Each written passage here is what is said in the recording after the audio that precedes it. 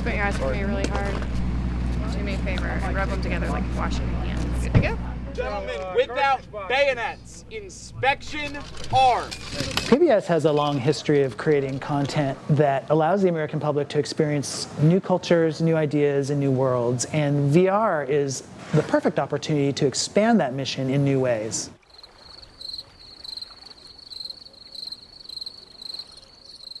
We are in the middle of a field and we're about to shoot Ethan coming out of the corn. This is his first character shot in the film. It's pretty exciting because the sunlight looks really great right now. If you're in the scene and we've called rolling, you are featured. So do not break character. I don't know why I'm reiterating this to reenactors who never break character. There's one scene where I come out of a cornfield and all me and the rest of the guys, we're literally shrouded behind corn. We can't see everything. We can barely see our brethren. And we walk out of this cornfield. And with VR, the entire crew is completely gone. So I'm just out there with a small little camera, a completely open field, and just the other actors. It's extremely fun and immersive. My Brother's Keeper is inspired by the PBS original series Mercy Street, which is rooted in historical fact. I knew that to get the innovation that I wanted and that PBS wanted, that we were going to be doing a lot of things the first time, things that had never been done before. Fortunately, we had an amazing team, from the crew to Technicolor Experience Center, to Jaunt, to the help from Radiant Images. All of it just came together beautifully. Are you comfortable with me beating your brains out with a can? Quarter speed rehearsal, 2 partners, go. Forward.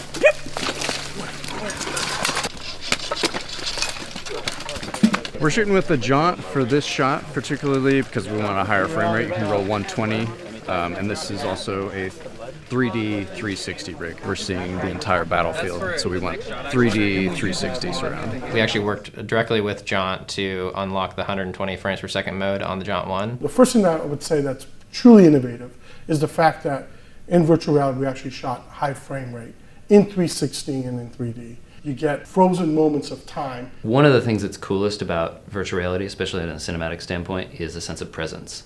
When you put a camera somewhere, you're right there with that person, you feel like you're in that space. That becomes a lot cooler when you're really close to the subject. The problem is there are a lot of camera systems out there that are being used that don't let you do that. We had to design a rig out of GoPros with the help of Backbone and Antenier lenses to basically allow us to get close and intimate with our actors.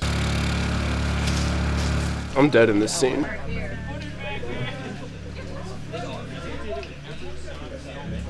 I'm dead too. Stand by, folks, about to roll. On background, we start our CQC yelling. On action, we all go. Clearing the sphere, stand by. Take one, Mark. Let's make sure. Right now, we're shooting over there, but we're shooting in VR. And so the entire crew has to hide so that we won't be seen. Background.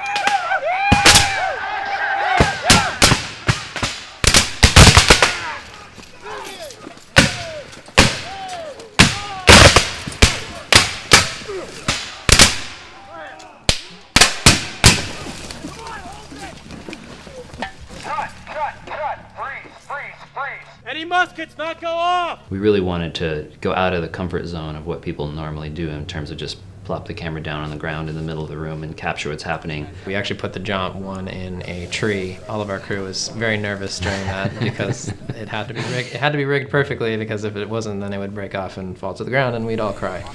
Okay.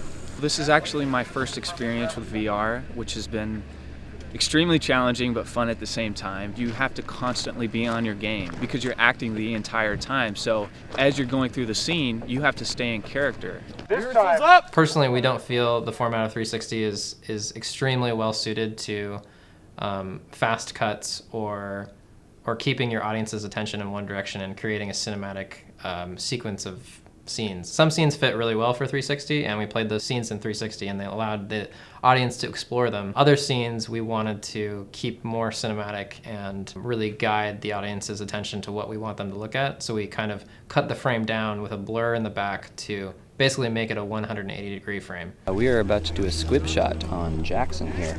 The squib rigged up. It's going to blow through this jacket here. Probably in here. The camera? Yes. Yeah, you could probably get squirted. That's what we're trying to avoid. If it gets on the lens, it's not a big deal. It'll just look dope. Let's try that one more time. Squib. Yeah. That looks great. Great, let's do it. We chose My Brother's Keeper for the Technicolor Experience Center because it had all the right components. It was also working with young filmmakers whom we've never worked with. The idea is to raise the bar for high quality images every single time that we do a piece of content. This is for real, folks. Back down!